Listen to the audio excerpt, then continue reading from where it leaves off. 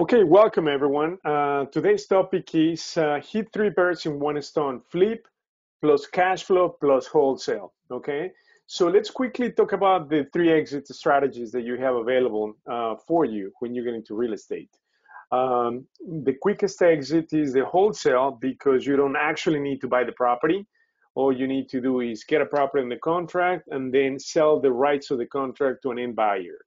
And let me tell you, in real estate, you're going to be making money when you get a great deal on the contract, not when you buy it, not when you flip it, not when you rent it. Okay, when you get a great deal on the contract, that's when you make money in real estate. Okay, because think about this: if you get a great deal on the contract, there'll be plenty of people who would like to do a partnership with you. So if you don't have all the pieces of the puzzle to do the deal, that's not a problem. You're gonna need, obviously, if you're gonna do a buy and hold or a fix and flip to buy the property, so you're gonna need to have some reserves, your ducks in a row, some sort of funding, either through a hard money lender or a private money lender to buy the property. But if you're gonna wholesale the property, then you don't need to worry about funding or reserves because all you're doing is selling the property. Now, let's talk about some of the misconceptions and myths that investors have in real estate. When they want to get into real estate, they say, well, I'm going to start doing wholesales to make money to start doing rentals or flips. Okay, that's a big myth, right? So they think they need to start gaining capital to do real estate. The answer is yes and no. Okay, you do need capital even to do wholesaling because you need to do marketing. And to do marketing, you've got to spend in lead generation, mailers, cold calling, text messaging, bandit signs, door knocking. You've got to spend money, right? Either way to make money. But this is what you need to keep in mind. If you think about this, if you get a great deal on the contract, it's sort of like having a golden goose. Would you want to give away the golden goose? Absolutely not. Okay, so it's a great opportunity to be part of the transaction and get a bigger piece of the pie. Not only that, that's something that you need to think about, right? If you get a great deal, there'll be plenty of people who want to be partners with you, either capital partners, reserve partners, construction partners. Okay, so don't give away the golden goose. Okay, super, super important. Don't be afraid. Say, I've got a great deal right now, and I want to be part of this, right? Um, so you think about not only, I'm going to tell you the pros and cons. If you do a wholesale deal, you're going to make an assignment fee. Assignment fees range anywhere between 3,000, 5,000, 10,000, and if it's an amazing deal, it's going to be over 10,000. But the average is going to be anywhere between 5 to 10,000. Okay, that's sort of the finder's fee. Okay, so it's quick money. That's great because you can capitalize yourself. But what are the cons of doing a wholesale? Well, number one, you've got to have a license, right? So it's a license activity. So you have to become a real estate broker. You will not get track record if you do a wholesale deal, okay? And third, con is that you might be giving away the golden goose, okay? So you're not getting your hands dirty, hands-on experience when you do a wholesale deal, okay? Ideally, you want to either flip for a bigger paycheck or buy and hold. Buy and hold or cash flow is the true power in real estate. When you hold the property for the long term, because real estate is a long term business. You won't get rich quick with real estate. And guess what? Wholesales and flips, you always need to be working for it. You always need to be finding deals. You always need to be finding in buyers or rehabbing the property, trying to sell it for the top dollars. So it's always a challenge, right? You always on the go. If you stop working, your income goes down to zero. However, if you focus on buy and hold or cash flow, then it's just the true power of real estate, owning real estate for passive income. Why? Many advantages. If you buy the property today, over time, property values are going to continue to go up. Population keeps growing. Therefore, rents continue to go through the roof, as it's been shown in today's market condition. Not only that, but once you stabilize the property, you can sit back and sort of relax. Why? Because you got a yogurt.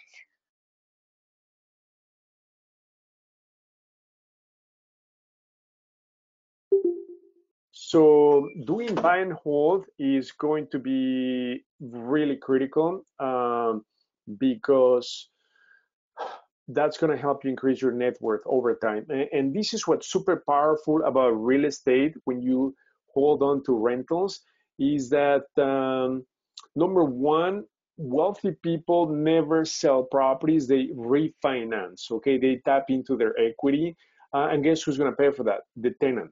Okay, so that is why focusing on rentals, it's just very critical. Okay, number one. Number two, it's going to be one of your best retirements, um, pension or accounts. If you want to think about that, your house, your investment property, because again, over time, properties continue to go up. Whereas if you have a retirement or pension plan instrument, guess what? Once you reach retirement age, over time, what's going to happen to the value of that retirement instrument? It's going to go down because you're going to start to withdraw on it, right? Pay taxes on it. So that's a big disadvantage because your net worth will go down over time with a pension or retirement plan. And you will always have to worry about, will I have enough money for retirement?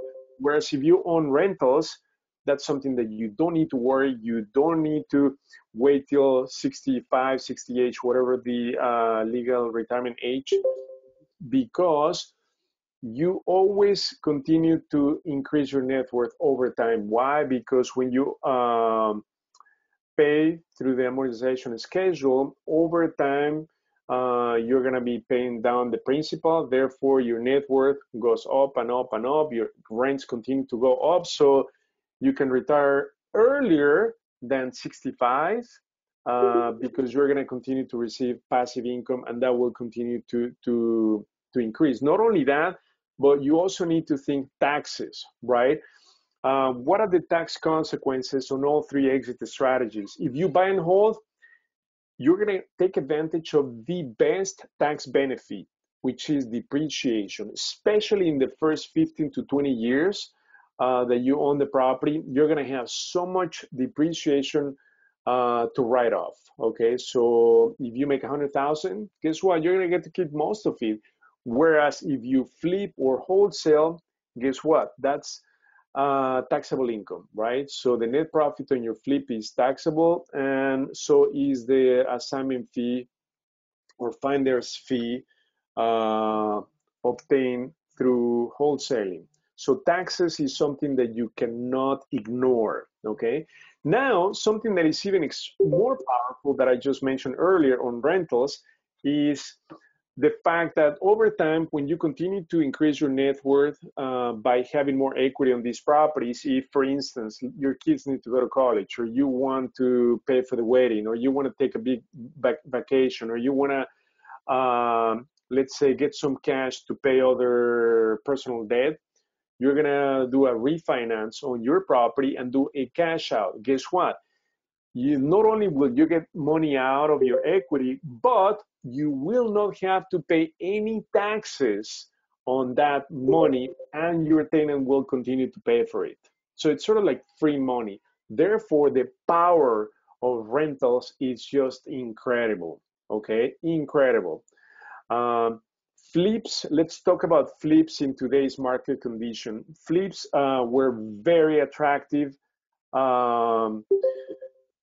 up until maybe 6 months ago. Once interest rates started to go up, inflation started to go up, then purchasing power of buyers became a lot less, okay? And therefore the buyer's pool became less. So doing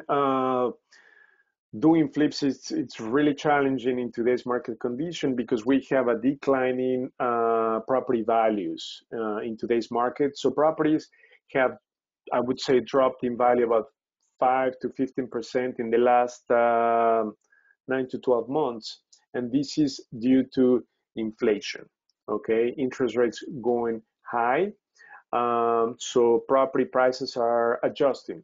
That's something to keep in mind. If you bought a property 6 months ago thinking that you would sell it for a given amount, guess what? It's not going to happen. Property values and appraisers are pushing back on appreciation in the last 3 to 6 months.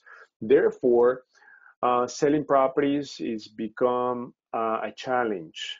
However, on the other hand, rentals are going through the roof because people who can no longer afford to buy a home are turning into rentals.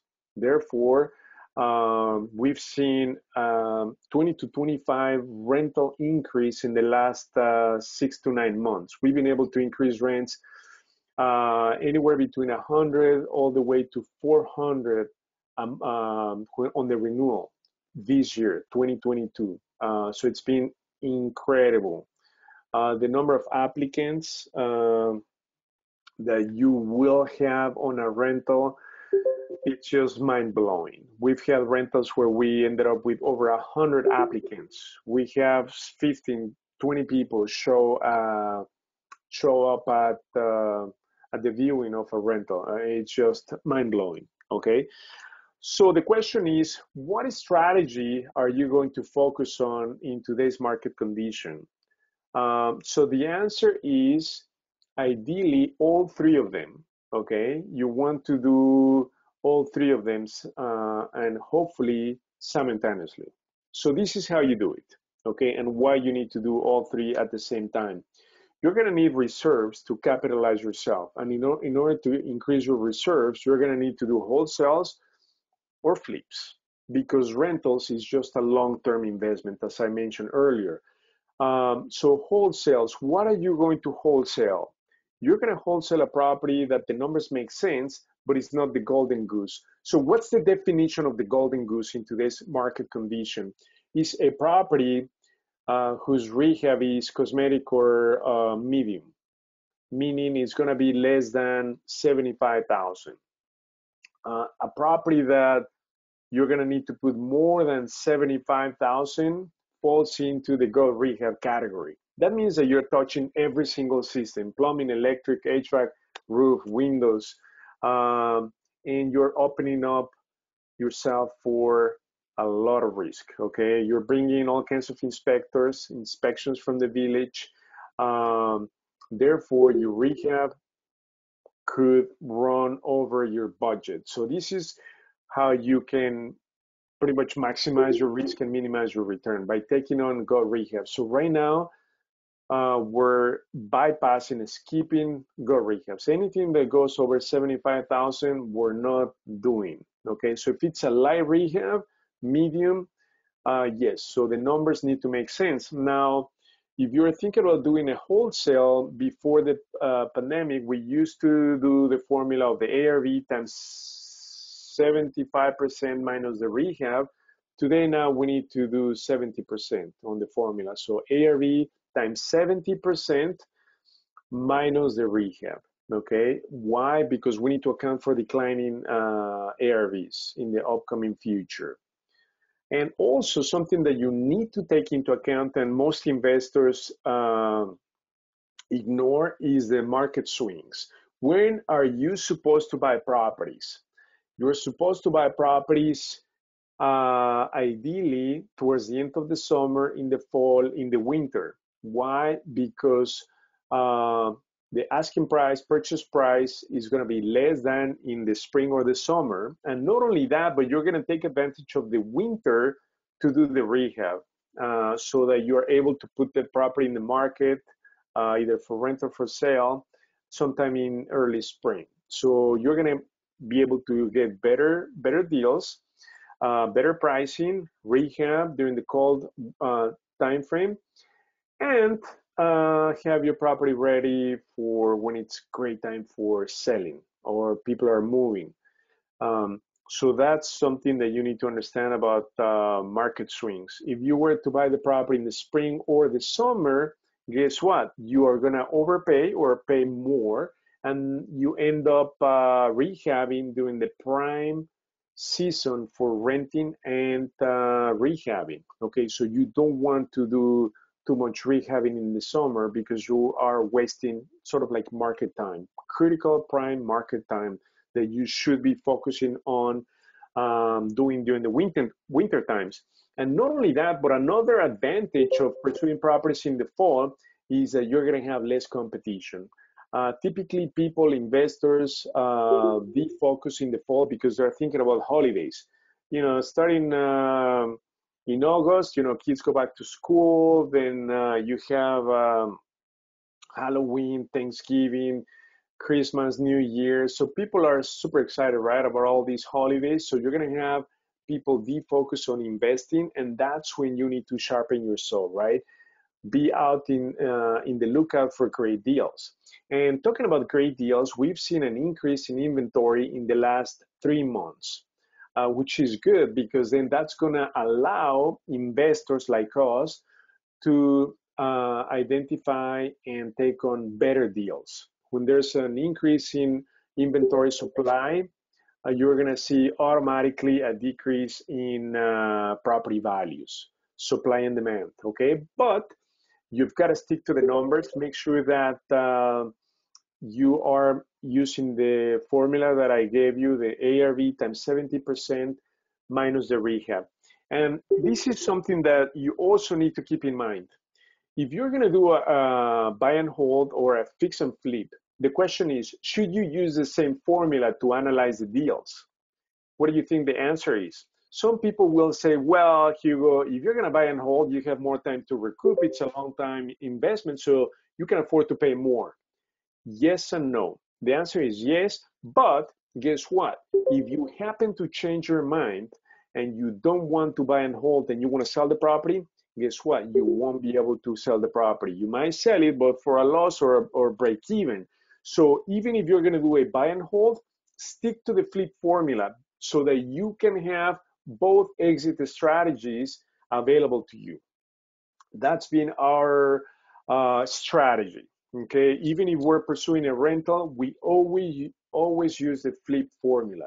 ARV times 75, or in today's market, 70% minus the rehab. Okay, so in case things don't go as planned and you want to sell the property, then you're able to do so successfully without jeopardizing the return. So when you do a flip, we multiplied the ARV times 70%. Why?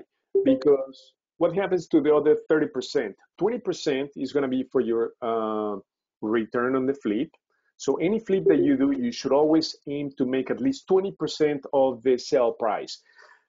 And the other 10% is for carrying cost. So that's taxes, insurance, utilities, anything that it takes to run the property while you rehab and market the property.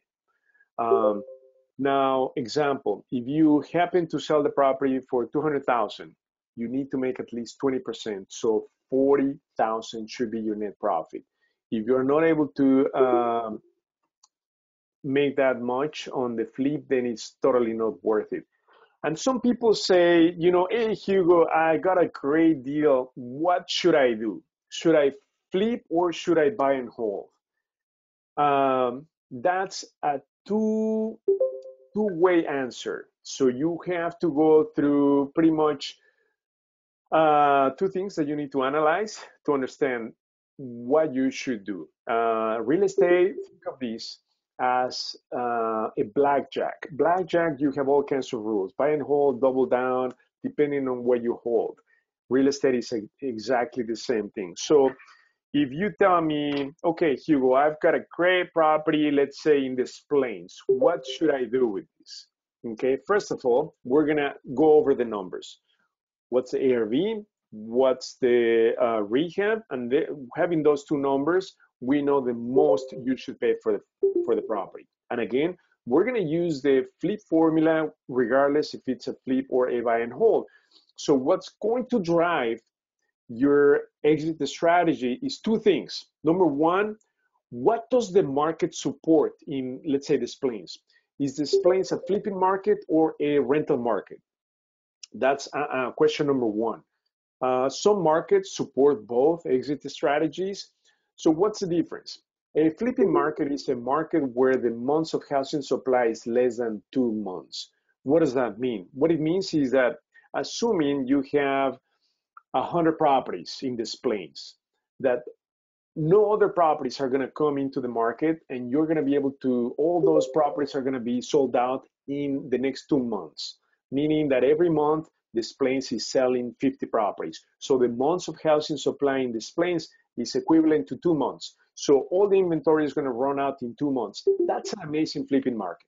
So if a market has months of housing supply of 2 months or less, it's an amazing flipping market.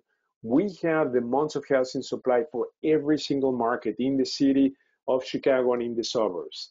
So if you don't know what that is, let us know. We'll let you know what if it's a flipping market or not. The second question that you need to answer yourself is, once you know whether the market supports your exit strategy. So let me give you an example. Let's say this plane. Let's talk about this plane. This plane is an amazing rental market. The rents are through the roof. So how do you know if the market supports a rental market or a rental exit strategy? Super simple. Take your all-in investment in a property, purchase and rehab. Let's assume purchase is 100 and the rehab is 50, all in 150. Guess what? The rent for that property should be at least 1% of all your all-in investment. So you should collect at least 1,500 in rent a month. If not, it's not a rental market that supports your exit strategy of buy and hold. So again, we call that the rule of the 1%. So that's what's driving a good rental market. Example of the top rental markets: Berkeley, Burbank.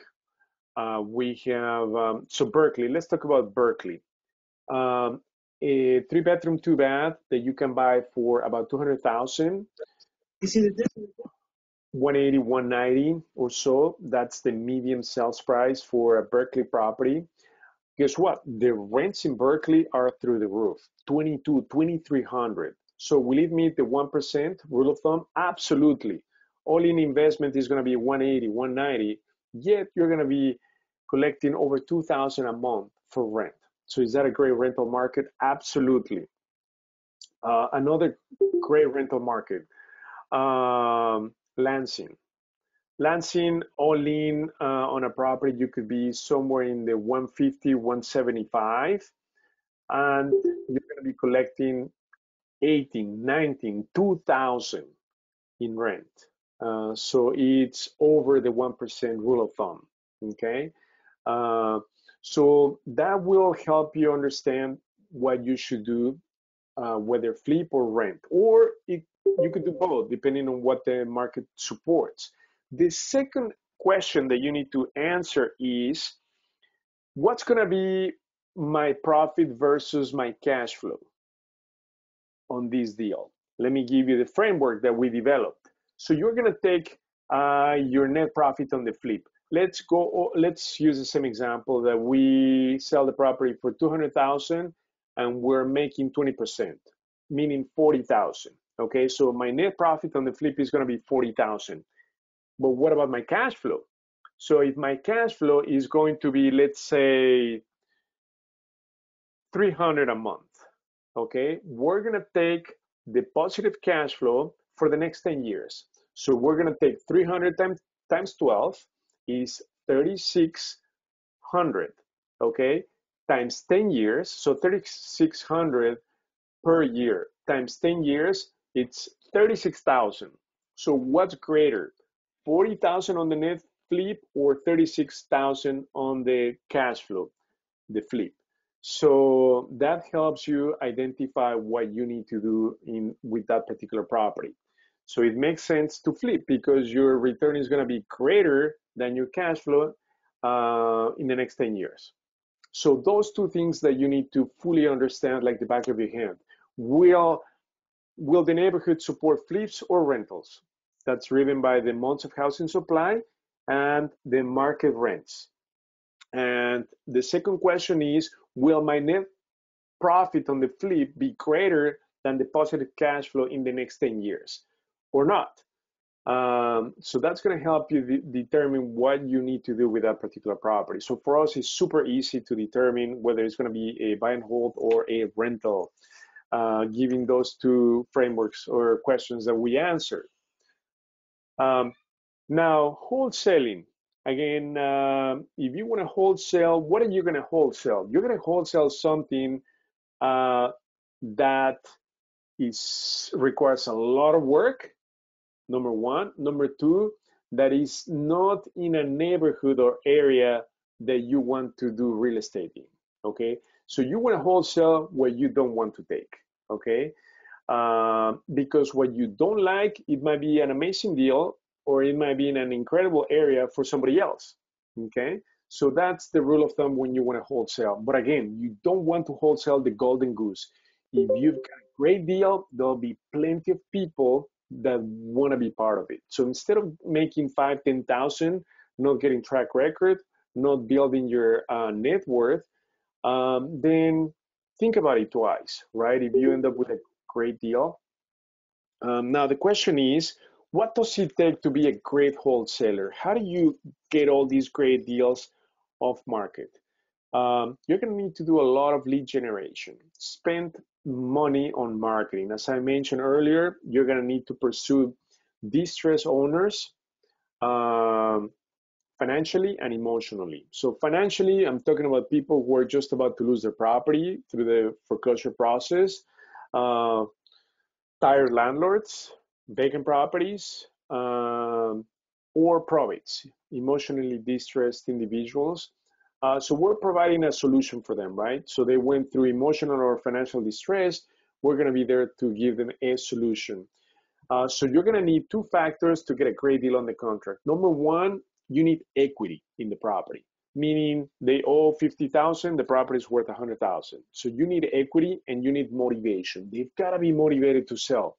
It doesn't do you any good if they have a lot of equity, but they're not interested in selling the property. You're not going to get anywhere. So you need those two things. How do you find out equity? Public records, and we can tell you that. We can do a soft pull on any property, and we can tell you how much equity the property has. Motivation is determined by talking to the seller, right? How soon are they willing to get rid of the property? If it's within the next 2 months, it's a hot lead. They're highly motivated. If it's between 2 to 5, 6 months, they're a warm lead. If it's over 6 months, it's a cold lead. Okay, so that's how you identify motivation and equity. Wholesaling has two pieces to it. One is the acquisition aspect of it, which is getting the great deal on the contract. Once you know equity and motivation, getting the deal on the contract. And the second piece of it is the disposition, meaning selling the deal to an end buyer. And for that, you need to have a large cash buyers list, or it could be a small cash buyers, but they need to be really powerful buyers. Okay, and that's one of the pieces that we are really good at in combination with Russell Walker. Okay, we can move deals if the numbers make sense. So we are helping people become acquisition specialists, meaning getting great deals on the contract. And that's when you make money in real estate. Again, talking to sellers, talking to listing agents, and making offers. That's going to be very critical. Now, people usually wonder, well, will I be doing off-market MLS? A combination of both. Okay, you cannot afford to ignore MLS. We've gotten great deals from the MLS. About 40 to 50% of our inventory came from the MLS. You can still find good deals on the MLS. Obviously, off-market is where the bigger profit spreads are. Now, if you don't have time or money to do wholesaling, spend time in lead generation, okay, and then understand the contracts that you need to present to the sellers, understand equity, position, and motivation, know the scripts that you need to go over, rehearse when you talk to sellers, know how to negotiate, understand people's personality types. If you don't want to go over all of that, then the easiest way to bypass that is to get in touch with wholesalers. They've done the work for you, right? So you've got to be able to work with wholesalers who can bring deals to you. Obviously, they're going to tag on their assignment fee, but it's okay. If it's a great deal, again, people will be willing to bring the missing pieces that you don't have so that you can become part of the transaction and pursue a flip or a rental.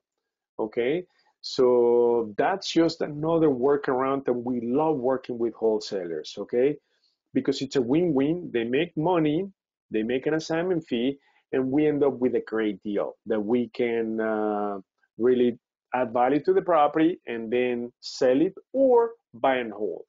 So again, that's sort of like an option alternative. If you don't have the time, um, invest the time in developing relationships with wholesalers. Because again, we are in the people's business. Real estate, houses, deals are the mean to it, okay? But we're in the people's business. It's all about connections. We've been getting a lot of off-market deals, MLS deals, through connections we've been developing in the last few years. Okay, so I know we covered a lot. So I want to open it up for questions and discussions before we do a recap on everything we've been talking about. So are there any questions, comments on what we've been covering?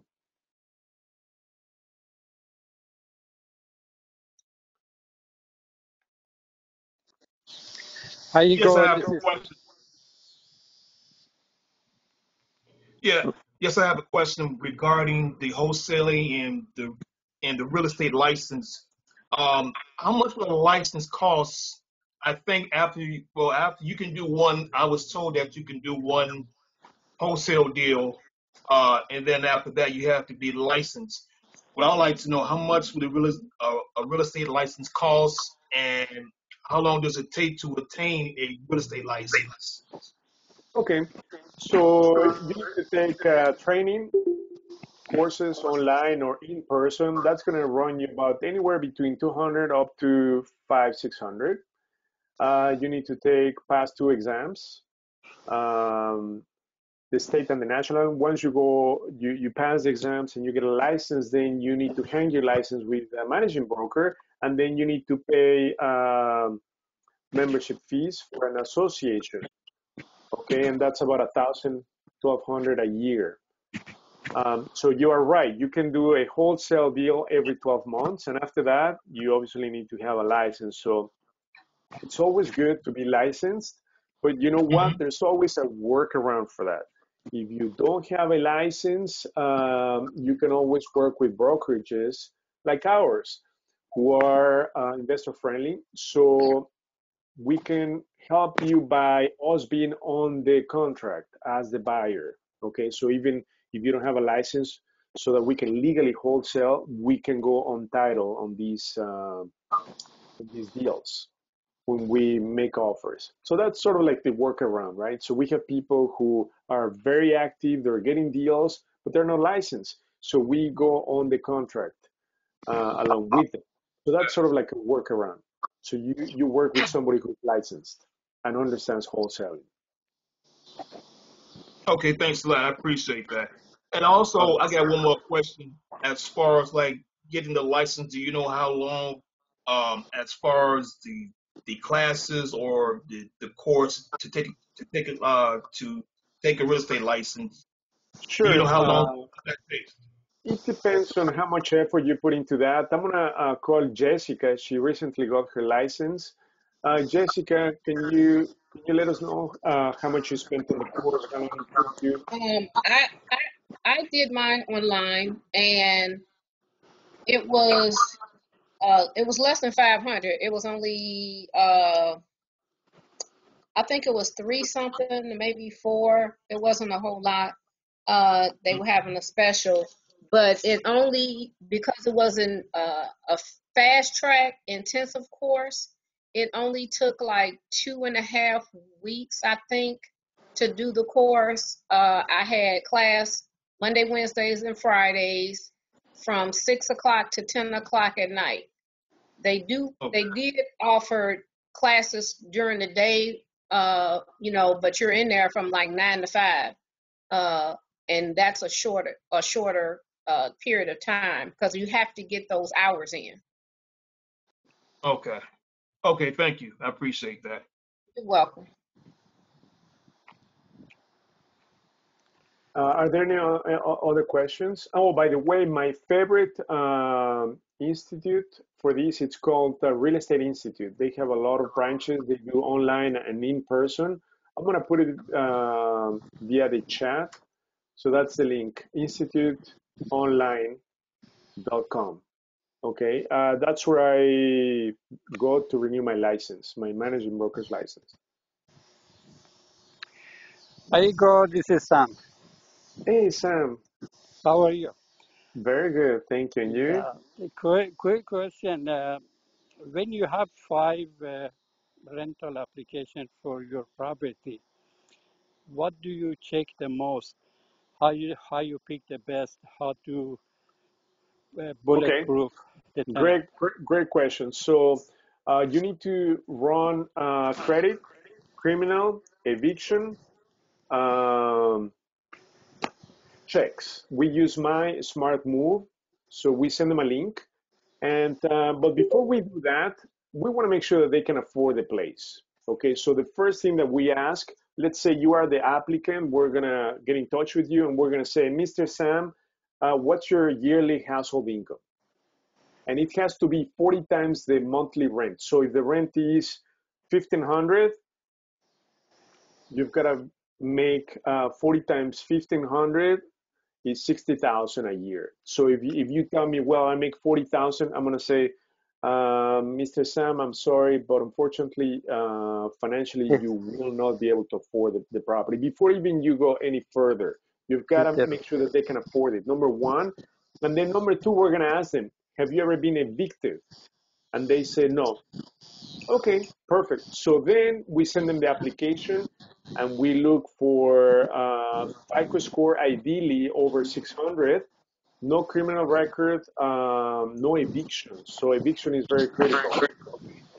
And then we look for last 2 months of bank statements. So we want to see when they pay the rent, and we check references. So we check not only the last landlord, but the previous to the last, okay? Because the last landlord will most likely give you great references because perhaps if it was a bad tenant, they want to get rid of them. So they want to give you that they're the best. So we want to go back to the previous landlord, okay?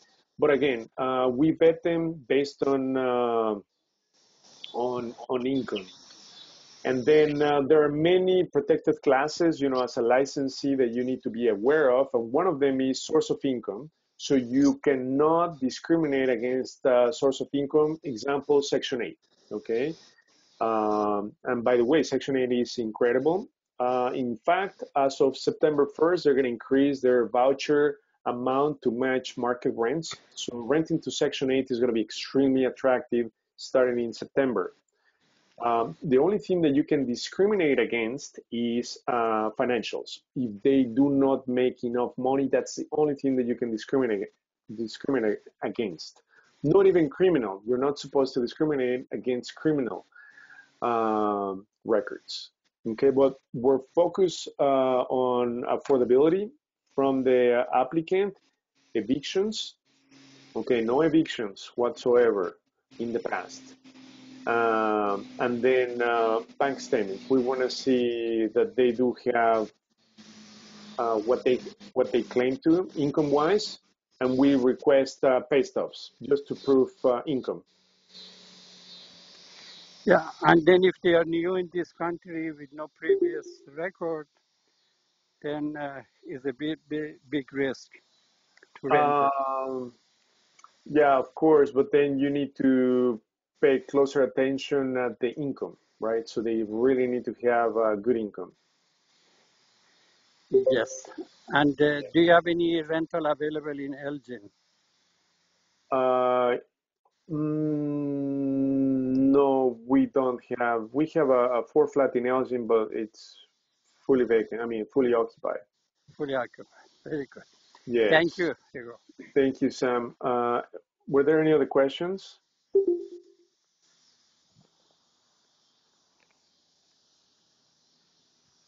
Oh, there's another question from Julian. What about short sales?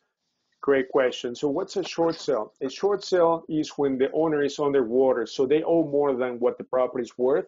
So the bank needs to approve the short sale. Okay.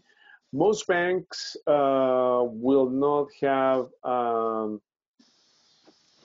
what's called the recourse judgment. So if there's a, well, actually it's called deficiency judgment. So if they were to sell the property for less than what it's owed to them, most of them nowadays won't file a deficiency judgment for the difference. But if let's say you owe 200,000 or the owner, and then the bank approves the short sale for 150,000, there's a loss of 50,000 to the bank. So guess what? They may not, most of them will not file a deficiency judgment against the owner for the difference of the 50,000. However, that 50,000 will be issued as a 1099 to the seller, which is not a big deal. It's just sort of like an income equivalent for the seller. But yeah, short sales nowadays are taking less. So banks are going through short sales a lot quicker. So for the seller, it's good. And then for the investor, it's even better, right? Because we can get really good deals on short sales. But typically they could take a long time, right? Anywhere between 3 months all the way to a year for a short sale to occur. But we make offers on short sales for sure. And then you want to know what's called the BPO that the bank approved for the property, so that when you make an offer, at least you need to be meeting that sort of like reserve from the bank. It's called broker's professional opinion, BPO. So yeah, great point, Julian. You should all pursue short sales when the seller or the owner is underwater. They owe more than what the property is worth. Any other questions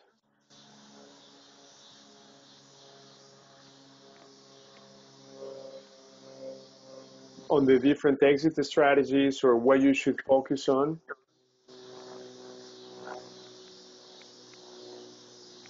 Hey Sam, did you rent your Arlington Heights property?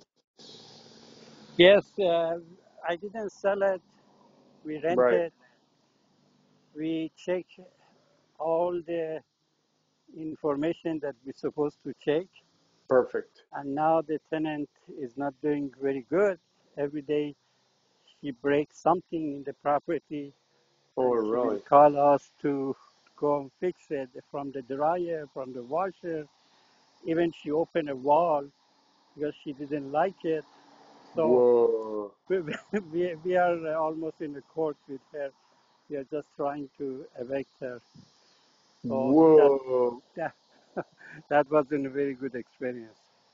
How much did you rent it for? 3,000. Okay. Is she paying the rent? Is she Yeah, current? yeah. She stopped paying from last month, but Okay, I got 3 months of security deposit from her, about okay, $9,000. okay. Now, if the if the court order that we pay that the whole security back to her, Yeah. or maybe the the time that she was there to make it a rent free for her, maybe we can get rid of her. Okay, so question number one, have you filed an eviction yet? Have you served her the 5-day notice? Yeah, yes, we did. Okay. And then did you file the eviction already or not yet? No, not yet, because she got a lawyer, and the lawyer had, added about $5,000 for his fee to the lawsuit or to the transaction. So Okay, hold a second. So you serve her the 5-day notice. yes, Did you use a server or how do you serve the 5-day notice? we send it with a certified mail, and she signed it. She received the mail. Okay. And Sorry, it's a then little noisy. you haven't started the eviction yet, No, right? we are. Yeah, we are trying to see what she's talking about in her lawsuit. So Whoa. yeah, then we go to the next step. We were trying to fix whatever she wants to be fixed and keep Okay. her in the property, but right now is impossible. I believe she may have a little mental problem, and she told me that I used to be a builder in Minnesota, Okay. and I know everything about the property, and I know where to look for the problem in the Whoa. rehab property. Okay, so So this is it, this is my advice. I think we need to have a conversation offline. But if yes, you serve her the 5-day notice, so you have yes, two options. I think you need to pursue them simultaneously. yes, You need to offer her like cash for keys. I mean, you need her out as soon as possible, right? yes, yes, Number one, and then at the same time, you do need to file the eviction. Okay, so we have a yes, great eviction attorney, James yes. Qatar. So you need to do that simultaneously. Yeah, Okay, so we you cannot wait. yeah we are working with one of the attorney with your famous lawyer. I forgot his name. Uh, Yeah. the one that was on the webinar two weeks ago. Okay. Yeah. Gary, Yeah. Yeah. one of the Absolutely. lawyers from Gary's office. Yeah. So you want to avoid any sort of legal pursuit, right? Yeah, Because it's going to be expensive on both sides. very expensive. So Yeah, yeah, yeah, yeah. Let's doesn't get on the worth it. phone Sure, later afterwards. Also, guys, later. talking about rentals, there's still rent reliefs that are supported by the government. In fact, we got a check today for about 12,000. Okay, so we're helping tenants who happen to be behind, and then through rent relief assistance. Okay, thank you, Sam. Sorry to hear Th- that. We'll need Thank to you. Don't chat. worry about it. I've been up and down a lot. This is one of them. Oh my goodness. Okay, anybody else? Any other questions?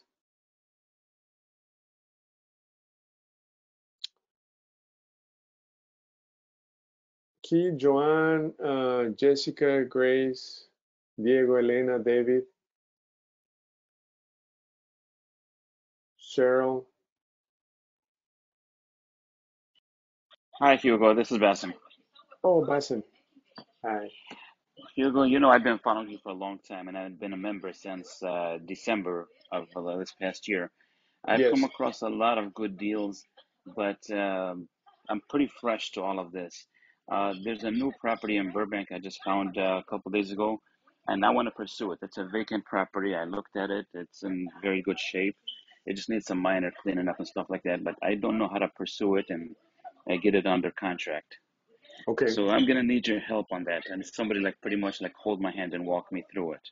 Okay, perfect. So if you can call me, I'm going to put my cell phone on the chat, 773-368-4551.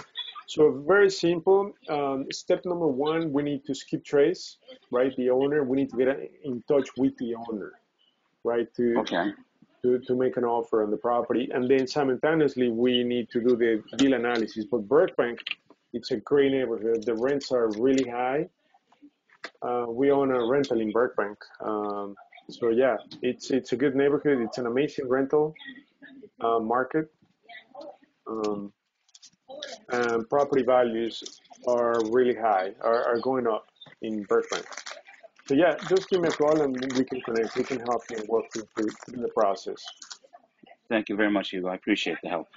No problem. Anybody else? Team Will? Anybody else? Nick, Mary, Larry, Julian, Ernie? No, great information. I'm actually taking notes. Okay, perfect. David, how are you doing? I know you are working on few deals and rehabs.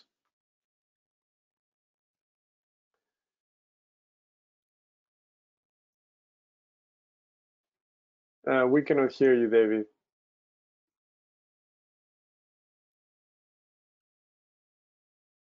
I think you are not muted, but we cannot hear you.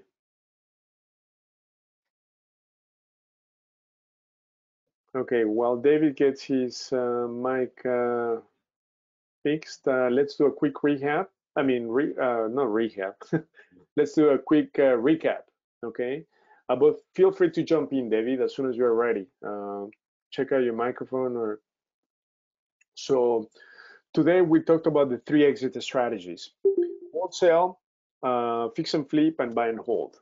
Wholesale is the quickest, is where you make quick money, but the misconception is that everyone needs to start in wholesaling. That's a myth, okay? In fact, you don't want to give up the golden goose, right? If you have a great deal, you want to wholesale properties that you don't want, okay? But still, the numbers need to make sense, otherwise you won't be able to sell them.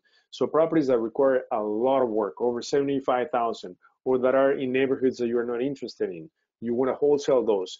If the numbers make sense and they're in good areas or areas that you're interested in investing that make sense, you need to keep those. If you don't have the funding, the experience, the reserves, reach out to us. We can help you putting all the pieces together. The drawback of wholesaling is that it's a licensed activity. You've got to be a broker. You won't get track record. And if you don't have the big enough cash buyer list to do the disposition, you might not end up doing a wholesale at all, right? And you do need money, okay, for lead generation, marketing, bandit signs, cold calling, texting, door knocking, plus you need to get access to the lead. And we have access to pre-foreclosures, upcoming auctions, vacant properties, probates through Chicago Deal Vault. So we can give you access to the leads. Send us an email to support@chicagodealvault.com. I'm going to put it on the chat.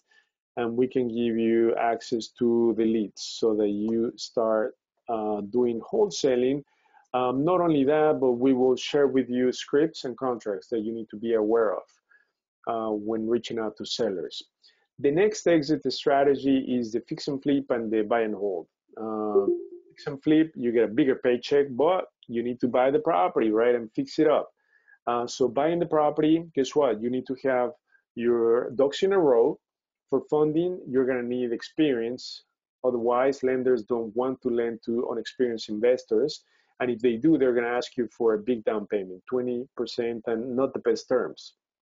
And you're going to run into the biggest nightmare of all investors, which is the rehab, the construction, right? Working with contractors is really challenging in today's environment. And then you're hoping to sell it for top dollars. But in today's market environment, we have declining ARVs. So if you're going to do flips, make sure that number one, the area, the neighborhood supports flips. Number two, that it's a light to medium rehab. Anything below 75,000 rehab wise, else skip it. Make sure that you stick to the numbers. ARV, after repair value, times 70% minus the rehab, and that should give you the most you need to pay for the property, okay, for the flips. What I recommend is if you're thinking about doing flips, you need to buy the properties towards the end of the summer, fall, winter, so that you rehab in the cold months and then put them on the market early spring so that you time it properly for market swings. Okay, you have less competition to get better deals and better pricing on the acquisition. Whereas if you buy it in the spring or summer, you're going to pay more, and then you spend or waste prime market time rehabbing. So understand market swings. And then buy and hold, you go through the same process, but that's the true power of real estate, holding on to properties, especially nowadays that rents are through the roof. That's just the perfect way to retire early by owning rentals. Through passive income, you increase your net worth as property values go up. You pay down the principal. You take advantage of tax depreciation. And in the future, if you need access to cash, you can just tap into equity. You can do a cash out refinance. Remember, wealthy people never sell properties. They always refinance. Because when you sell a property, meaning a flip, you incurred tax consequence. You pay taxes on the net profit. If you wholesale, the same thing. You're going to pay taxes on your assignment fee. Buy and hold, you can pretty much defer paying taxes. It's not that you're avoiding, you're just deferring taxes. And in the meantime, you're doing tons of write-offs through tax depreciation, at least for the first 15, 20 years. So again, holding on to properties is just the way to go, especially in today's environment. Not only that, but when you buy the property, you can afford to pay a little bit more because it's a long-term investment. Not only that, but the rehab doesn't need to be perfect, unlike flips. If you do flips, you better do a really good quality flip. I mean, rehab versus rentals. It doesn't need to be that top notch. Okay, so rentals is just the way to go. Again, to do a deal, whether it's a wholesale flip or buy and hold, you're gonna need the deal. You're gonna need funding for the purchase and rehab. You're gonna need time, and you need construction crew. If you're missing some of these pieces, the other way to accomplish it is by doing a joint venture agreement with other investors that bring the missing piece. So you guys collaborate, synergize together, and that's what we do for the deal makers group, right? So we do a lot of deals together as a group. So we bring in the missing pieces. In fact, we're bringing the deals. We are also bringing the funding. We are sharing contractors, and we are assisting in facilitating the partnerships between you guys. So we understand what you bring to the table, what you lack, and we help you get together with the right partner. Okay. So if you want to know more about that, please email support, and we can do a one-on-one to help you assess your current situation, where you want to be, and how we can fill in the missing piece for you. On the line, we also have Elena. Elena has been our partner for roofs. So thank you, Elena, for joining today. She's done many, many roofs for us through the insurance. She's done siding. So please reach out to Elena. She's going to help you assess your insurance coverage, making sure that you use the right insurance company that is investor friendly, that you have the right coverage, that in the future, perhaps if you've had hail, wind damage, that perhaps you can get a roof through the insurance. So Elena Rodriguez can help you with that. She's our preferred partner in Chicago Dealbolt for roofs. So please make sure that you reach out to Elena. Elena, feel free to put your contact information on the chat. Hi, Hugo. Thank you. I'll just email you the roof certification tonight. Oh, perfect. Or column it. Yeah. Thank you very much, Elena. Welcome. Yeah, we just got approved the property on Cicero. Oh, perfect. Awesome. Yeah, we're just waiting for the check, and also we're working on the Lake Zurich property. Just waiting for the inspection with the insurance. Okay, awesome. Yeah, Elena has done no less than 10 roofs for us, right, through the insurance. It's been incredible. Yes. She's called sort of like the storm chaser, right? She's able to track down storms, wind, hail, damages to properties, and then be able to work with insurance companies so that you can file a claim. But for that to happen, you need to make sure that you have the right coverage. So Elena is able to assess your insurance coverage with the right company. So thank you for being a preferred partner and an amazing friend as well. Thank you, Hugo. I'll see you soon. Okay, perfect. Thank you. So Elena's contact information is 773-679-0377. Please make sure that you reach out to Elena. Thank you. David, were you able to get your mic fixed? I see that you are unmuted. Can you hear me, Hugo? Yeah, hear you well. Awesome, finally. Yeah, for Thank you. some reason, I don't know why I have problems with to-go meeting. Sometimes I get kicked off. Quite often, I have to keep coming back and forth. I was trying to talk yesterday, but for some reason, it wouldn't work. Things are going okay. In regards to that one deal the person I was meeting in Elmhurst that Bobby Right. we talked about last week. He ended up accepting the contract for 300,000. So I told him Whoa, congratulations. absolutely. So yeah, I have no harm in telling him hey congratulations. Obviously I can't pay that high. Correct. And we had a wholesale deal going, the one that Russell was doing for me on Brandon, and Okay. the highest offer that came in is like about 70 grand, and Okay. we were trying to get 110. I went back to the owner, and the owner did not want to come down, nor he want to list it, so I had Okay. to let that one go. So. Yep. Other than that, I just finishing up the Lance. In fact, as you just talking to Elena, Elena was one of the ones that helped us out with the roof there.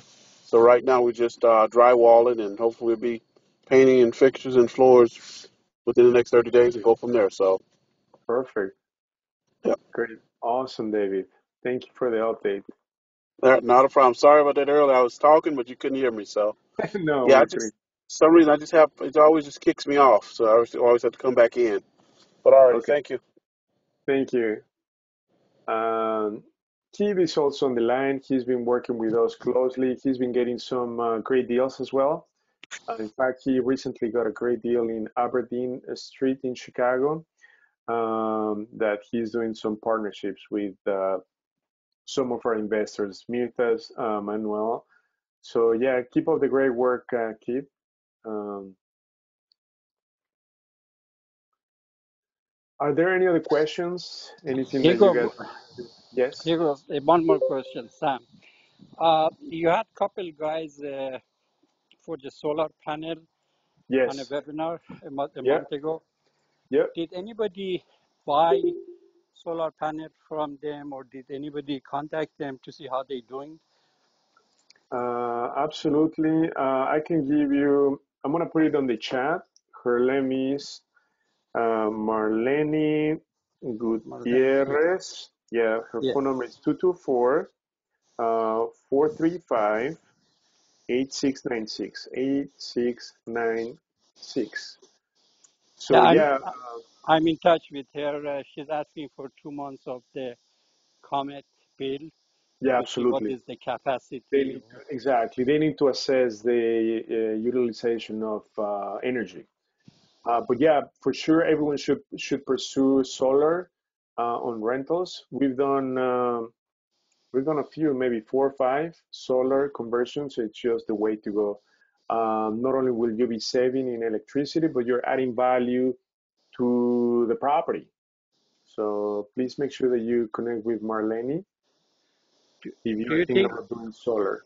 yeah, do you think we can use it for commercial also? Not commercial, like for example, a clubhouse in a Absolutely.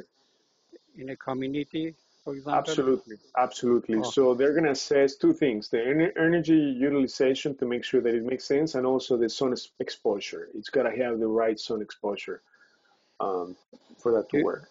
do you know if they have any special, any free installation, any Oh yeah, yeah, yeah. They're fee? going to give fee? you. Oh yeah, the installation is free. Sometimes they upgrade our service panel for free. So no, it works amazing. Although they're going to require a roof in good condition. Yes. Yeah. Yeah, they want to make sure that your roof is in good shape, and they'll even guarantee leaks on the roof. So it's just an amazing thing to pursue. So please make sure everyone that if you have a rental, that you reach out to Marlene if you want to do solar. Marlene is not with the Sunrun, correct? Oh, she's a broker. She's with Sunrun. And She's another with company. I believe also Tesla, and there's another company that I forgot. Um, Okay. But yeah, we use Sunrun, and in fact, yeah, I think today we got a gift card from Sunrun. Yeah, So she where is has it? a better chance to find the best deal Yeah, for the absolutely. property, Yep, yeah. having So access. Sunrun is the one that we use. So here, Sunrun, yeah, they just send us. It's a 500 gift card, debit card. But yeah, Sunrun, that's the company. Sunrun that we Uh, use, and they're amazing. So even you can refer yourself. If you do multiple installations, you can refer yourself, and then you'll get something like this. So very good. yeah, no, it's awesome. Not bad. Any other questions? Anyone? Hey, Hugo, Keith here. Hey, Keith. Hey, I have a question. I've been challenged trying to get my logo and trying to develop a letterhead for letters going out for pre-foreclosures and deal vault. Okay. How can I get assistance with that? Okay. Let me share my screen with you, and I'm gonna go to Fiverr. We use them a lot. Fiverr.com. Fiverr.com. I'm gonna post it on the chat. So it's a website for freelancers. So they can do a logo, they can do anything for you. Okay, they do small gigs. They are incredible freelancers and very inexpensive. Okay, so we use them a lot. Fiverr for small things that you need done. They're the perfect platform. Okay.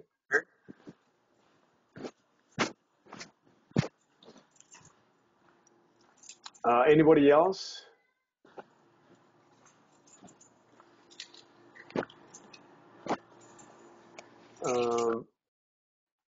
Any other questions? So just to quickly recap, summarize everything in 10 seconds. Pursue all three strategies. Wholesale, anything that you don't want, but still that makes sense. Never give away the golden goose. You're in the people's business, okay? Pursue rentals and flips.